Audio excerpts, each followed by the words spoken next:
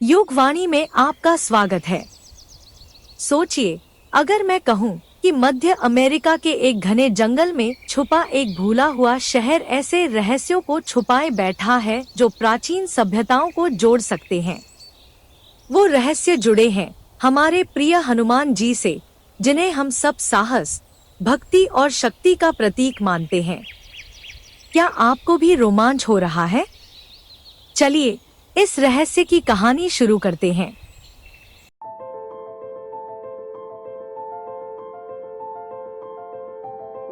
हनुमान जी का नाम सुनते ही हमारे मन में उनकी छवि उभरती है, समुद्र पार करते हुए, पर्वत उठाते हुए और हर संकट में रक्षा करते हुए।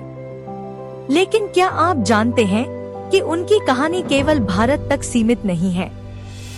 क्या ऐसा हो सकता है कि उनके बारे में कहानियां दुनिया के दूसरे हिस्सों में भी सुनाई देती हों?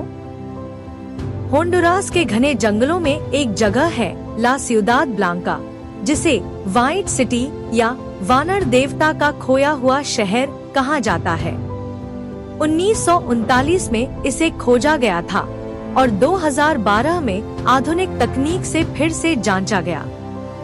यहाँ मिले अवशेषों में ऐसी चीजें मिली जो वानर देवताओं के प्रति आस्था की ओर इशारा करती है। क्या ये महज इत्तेफाक है या इसके पीछे कोई गहरी कहानी छिपी है? सिर्फ भारत ही नहीं, दूसरे देशों में भी वानरों को बहुत सम्मान दिया गया है।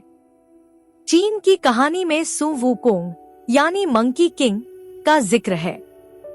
हनुमान जी की तरह ही वो भी बहुत ताकतवर, बुद्धिमान और भक्तिमय है।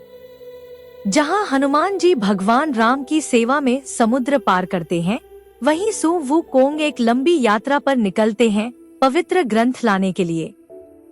क्या ये कहानियां केवल समान है या इनके बीच कोई गहरा संबंध हो सकता है? होंडुरास में शोधकर्ताओं ने नई तकनीक से उस खोए हुए शहर का पता लगाया। वहां उन्हें अजीब मूर्तियां और चित्र मिले, ऐसे जो आधे इंसान और आधे जानवर जैसे दिखते हैं। ये हनुमान जी और सु वुकोंग जैसे देवताओं की याद दिलाते हैं, जो आध्यात्म और धरती के बीच का पुल बनते हैं।